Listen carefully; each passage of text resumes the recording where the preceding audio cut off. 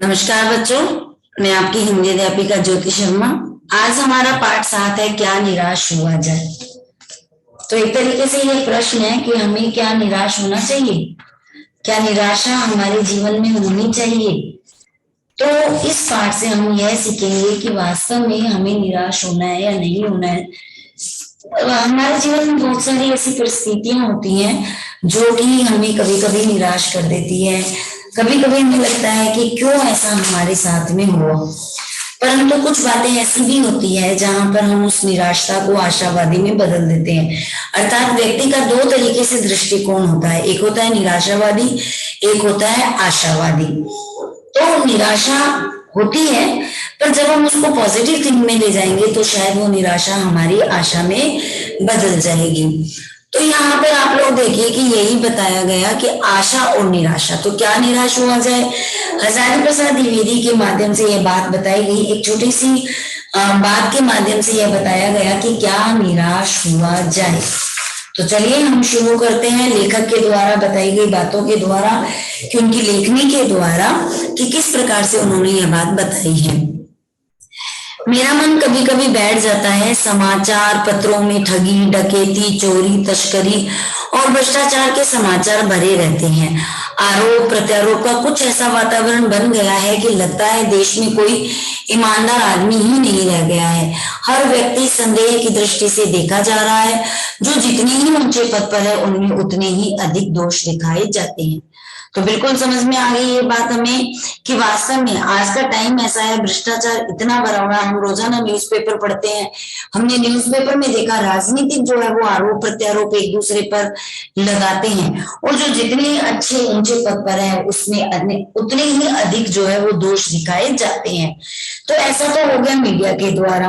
तो चलिए, एक बहुत बड़े आदमी ने मुझसे एक बार कहा था कि इस समय सुखी वही है जो कुछ नहीं करता, जो कुछ भी करेगा उसमें लोग दोष खोजने लगेंगे, उसके सारे गुण भुला दिए जाएंगे और दोषों को बढ़ा चढ़ाकर दिखाया जाने लगेगा। दोष किसमें नहीं होते, यही कारण है कि हर आदमी दोषी अधिक दिख रहा है, गुणी कम या बिल्कुल ही नहीं। स्थिति अगर ऐसी है तो निश्चय ही चिंता का विषय है। तो लेखक के द्वारा यहाँ कहा गया कि एक बहुत बड़ा आदमी था ना, उसने मुझे कहा कि इस समय सुखी वह जो कुछ नहीं करता, क्योंकि अगर वह कुछ करेगा तो लोग उसमें दोष देखेंगे और उसके सारे जो भी उसमें क्वालिटी उसको भुला दिया जाएगा और जो दोष है उनको बढ़ा चढ़ाकर दिखाया जाने लगेगा। तो बताया गया कि दोष किसमें नहीं होते, सभी में होते हैं। हर आदमी जो है वो दोषी अधिक दिख रहा है, गुणी कम या बिल्कुल ही नहीं। अगर ऐसी स्थिति रही तो निश्चय ही यह चिंता का विषय है। क्या यही भारतवर्ष है जिसका सपना तिलक और गांधी ने देखा था? रविंद्रनाथ ठाकुर और मदन मोहन मालवीय का महान संस्कृति सभ्य भारतवर्ष किस अतीत के गहन में डूब गया। आर्य और द्रविड़, हिंदू और मुसलमान, यूरोपीय और भारतीय आदर्शों की मिलन भूमि मानव महासमुद्र कहाँ क्या सूख ही गया। मेरा मन कहता है ऐसा हो नहीं सकता। हमारे महान मनीषियों के सपनों का भारत है और रहेगा। तो यहाँ पर देखिए कि कितनी भारत की विशेषता बताई गई कि जो भी गांधी, तिलक, ठाकुर, रविंद्रनाथ ठाकुर, मदन मोहन मालवीय, इन सब ने भारत की संस्कृति के बारे में बताया। क्या यह सब अतीत में ही चला गया है? जो हमारी सभ्यता थी, जो मिलन भूमि थी, महासमुद्र क्या सूख गया है? तो लेखक कहता है कि ऐसा नहीं हो सकता। हमारे जो मनीषी है, मतलब विद्वान जो है, वो उनका सपनों का भारत है और यह रहेगा। यह सही है कि इन दिनों कुछ माहौल जो है वो ऐसा बना है कि ईमानदारी से मेहनत करके जीविका चलाने वाले निरीह और भोले भाले श्रमजीवी पीस रहे हैं और झूठ तथा फरेब का रोजगार करने वाले फूल फल रहे हैं। ईमानदारी को मूर्खता का पर्याय समझा जाने लगा है। सच्चाई केवल भीरू और बेबस लोगों के हिस्से पड़ी है। ऐसी स्थिति में जीवन के महान मूल्यों के बारे में लोगों की आस्था ही हिलने लगी है। वास्तव में यह जानने लगे हैं कि जो लोग ईमानदारी करते हैं उन्हें मूर्ख समझा जाने लगा है, और सच्चाई वही लोग हैं जिनके डर और बेबस लोग हैं उनके हिस्से पड़ी है। ऐसी स्थिति में जीवन के महान मूल्यों के बारे में लोगों की जो आस्था है वो हिलने ही लगी है। भारतवर्ष ने कभी भी भौतिक वस्तुओं के संग्रह को बहुत अधिक महत्व नहीं दिया है। उसकी दृष्टि से मनुष्य के भीतर जो महान आंतरिक गुण स्थिर भाव से बैठा हुआ है वही चरम और परम है। लोभ, मोह, काम, क्रोध आदि विचार मनुष्य में स्वाभाविक रूप से विद्यमान रहते हैं, पर उन्हें प्रधान शक्ति मान लेना और अपने मन तथा बुद्धि को उन्हीं के इशारे पर छोड़ देना बहुत बुरा आचरण है। आजकल क्या हो रहा है? आजकल यही हो रहा है कि लोग भौतिक वस्तु जो है उनका संग्रह ज्यादा करते हैं, उनको ज्यादा अधिक महत्व देते हैं, परंतु हमारा जो भारत है उसने कभी भी भौतिक वस्तुओं के संग्रह को महत्व नहीं दिया है। वो यह मानते हैं कि मनुष्य के मन के अंदर भीतर जो महान आंतरिक गुण है उस स्थिर भाव से बैठा हुआ है वही चरम और परम है। लोभ, मोह, काम, क्रोध ये सब विचार है, ये मनुष्य में स्वाभाविक रूप से विद्यमान रहते हैं। ये वास्तविक बात है कि मनुष्य कितना भी अच्छा हो परंतु यह जो विचार होते हैं वह मनुष्य में रहते ही है। पर हम लोग मोह, काम, क्रोध को शक्ति तो नहीं मान लेते। अपने मन को, अपनी बुद्धि को उनके इशारे पर छोड़ देना बहुत बुरा आचरण है। मन और बुद्धि को अपने को कंट्रोल करना है। यहाँ पर इन पंक्तियों से यही बात है कि लोभ, मोह, काम, क्रोध ये तो सबके स्वाभाविक रूप है, सब में आएंगे, परंतु हम उनके इशारों पर तो हम उन्हें नहीं छोड़ देंगे। हमारा मन और बुद्धि है वो तो हम नहीं छोड़ देंगे। अगर हम ऐसा करते हैं तो यह हमारा बुरा व्यवहार है। भारतवर्ष ने कभी भी उन्हें उचित नहीं माना है। ये जो हमारा भारत है यह इसकी हमेशा विशेषता रही है कि इन सब चीजों को उसने कभी उचित नहीं माना। उन्हें सदा संयम के बंधन से बांधकर रखने का प्रयत्न किया है, परंतु भूख की उपेक्षा नहीं की जा सकती, बीमार के लिए दवा की उपेक्षा नहीं की जा सकती, गुमराह को ठीक रास्ते पर ले जाने के उपायों की उपेक्षा नहीं की जा सकती है। वह यह है कि इस देश के कोटि कोटि दरिद्र जनों की हीन अवस्था को दूर करने के लिए ऐसे अनेक कायदे कानून बनाए गए हैं जो कृषि, उद्योग, वाणिज्य, शिक्षा और स्वास्थ्य की स्थिति को अधिक उन्नत और सुचारू बनाने के लक्ष्य से प्रेरित है। परंतु जिन लोगों को इन कार्यों में लगना है उनका मन सब समय पवित्र नहीं होता। ये मनुष्य है, इंसान है और ये प्राकृतिक बातें होती हैं। प्राय वही लक्ष्य को भूल जाते हैं और अपनी सुख सुविधा की ओर ज्यादा ध्यान देने लगते हैं। तो आज तो वर्तमान में तो ऐसा ही हो रहा है कि लोग जो है अपनी सुख सुविधा की ओर ज्यादा ध्यान देने लगे हैं। उन्हें उसके बाद में क्या बुरा है क्या भला है इस चीज का आभास ही नहीं रहता है।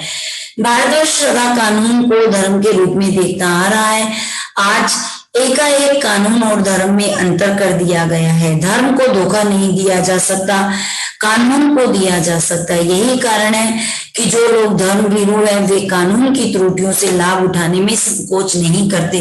धर्म भीरू यह एक शब्द जो इन पंक्तियों में आया है उसका मतलब यह है कि लोग जो है वो धर्म भीरू है ना, तो वे डरते हैं, धर्म से डरते हैं, तो वो कानून की त्रुटियों से लाभ उठाने में संकोच नहीं करती हैं। मतलब हर जगह जहां देखिए अपना ही अपना फायदा जो है उठाने की कोशिश करते हैं। इस बात के पर्याप्त प्रमाण खोजे जा सकते हैं कि समाज के ऊपरी वर्ग में चाहे जो भी होता रहे, मतलब जो पावरफुल वर्ग है, भीतर भीतर भारतवर्ष अब भी अनुभव कर रहा है कि धर्म कानून से बड़ी चीज है। अब भी सेवा, ईमानदारी, सच्चाई और आध्यात्मिकता के मूल्य बने हुए हैं। वे दब अवश्य गए हैं लेकिन नष्ट नहीं हुए। आज भी वह मनुष्य से प्रेम करता है, महिलाओं का सम्मान करता है, झूठ और चोरी को गलत समझता है, दूसरे को पीड़ा पहुंचाने को पाप समझता है। हर आदमी अपने व्यक्तिगत जीवन में इस बात का अनुभव करता है। समाचार पत्रों में जो भ्रष्टाचार के प्रति इतना आक्रोश है वह यही साबित करता है कि हम ऐसी चीजों को गलत समझते हैं और समाज में उन तत्वों की प्रतिष्ठा कम करना चाहते हैं जो गलत तरीके से धन या मान संग्रह करते हैं। तो देखिए आज भी यह बात मानी गई है कि जो धर्म से डरता है वह आज भी इन सब चीजों को गलत समझता है। वह महिलाओं का आज भी जो है मान सम्मान जो है करता है। तो किसी दोषों का पर्दाफाश करना बुरी बात नहीं है।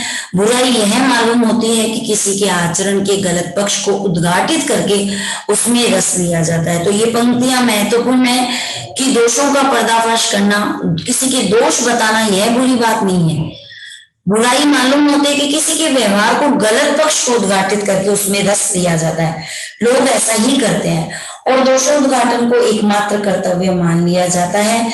बुराई में रस लेना बुरी बात है, अच्छाई में उतना ही रस लेकर उजागर न करना और भी बुरी बात है। सैकड़ों घटनाएं ऐसी घटती है जिन्हें उजागर करने से लोक चित्त में अच्छाई के प्रति अच्छी भावना जगती है। मतलब अगर किसी में बुराई है तो हम उस बुराई को मजा लेकर, उसमें रस लेकर के अगर हम उसको कहते हैं तो ये गलत बात है। अगर हम ऐसा करेंगे तो लोगों में अविश्वास की भावना जो है वो जागृत होगी।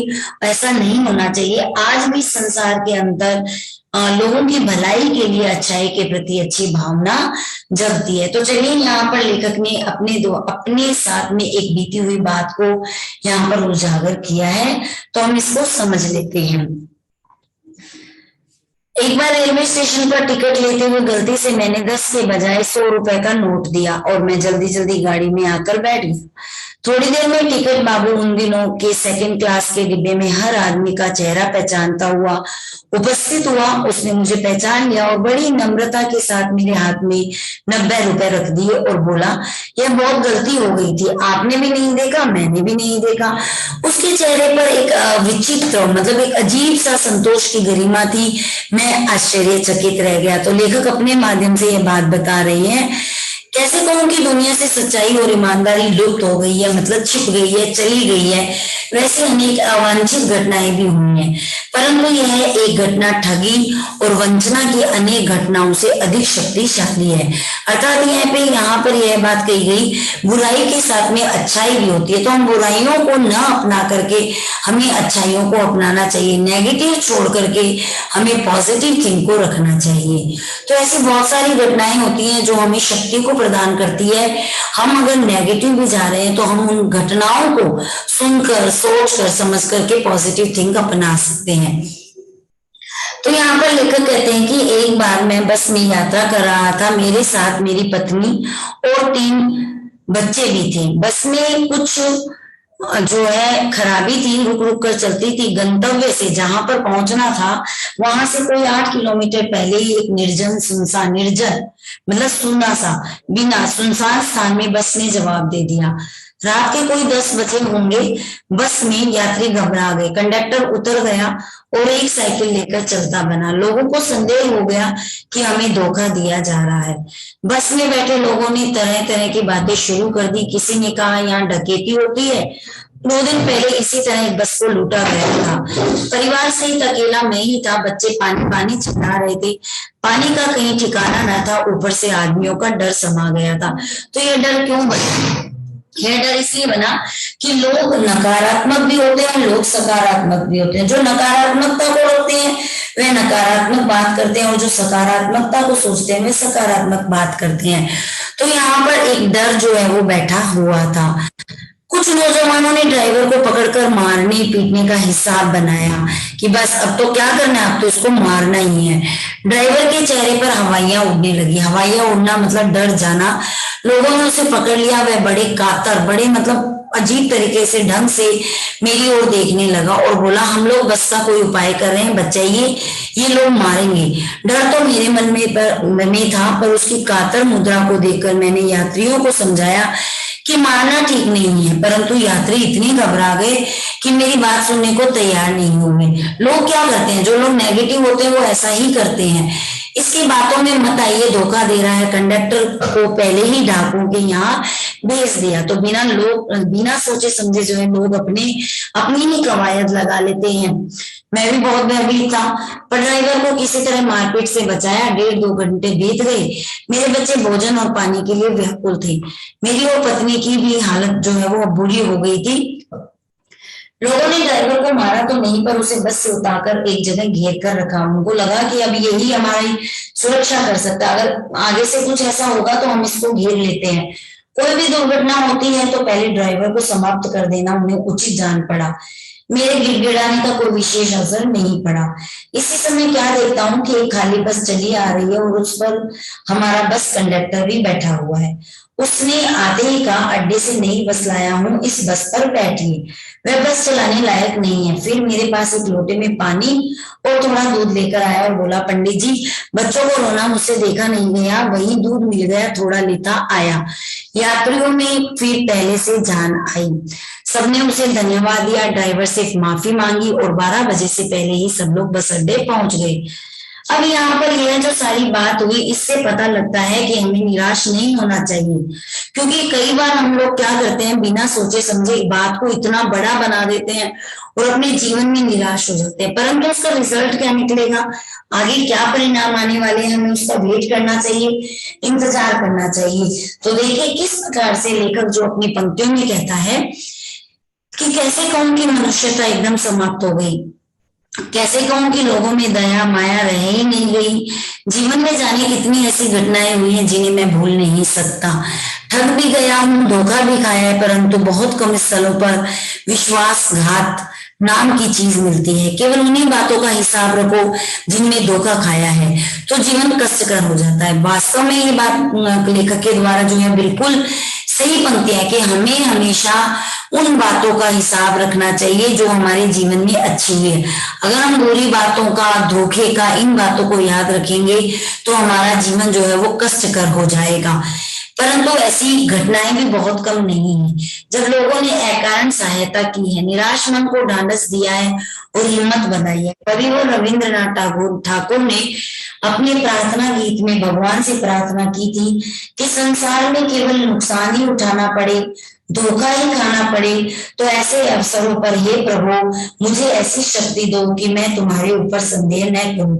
मनुष्य की बनाई विधियां गलत नतीजे तक पहुंच रही है तो इन्हें बदलना होगा।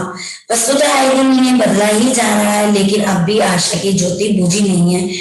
महान भारतवर्ष को पाने की संभावना बनी हुई है, बनी रहेगी। मेरे मन निराश होने की जरूरत नहीं है।